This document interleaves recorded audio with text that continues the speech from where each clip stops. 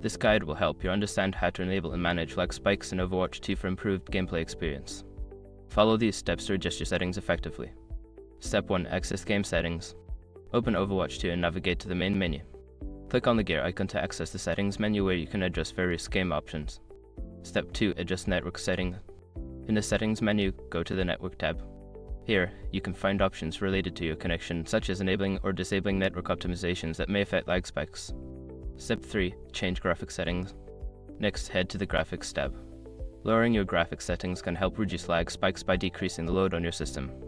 Adjust settings like texture quality and resolution for better performance. Step 4. Optimize your internet connection. Ensure that your internet connection is stable. Use a wired connection if possible, and close any background applications that may be using bandwidth. This will help minimize lag spikes during gameplay. Step 5. Monitor performance. Finally, keep an eye on your performance while playing.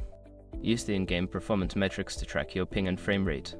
If you notice consistent lag spikes, consider further adjustments to your settings or consult your internet service provider.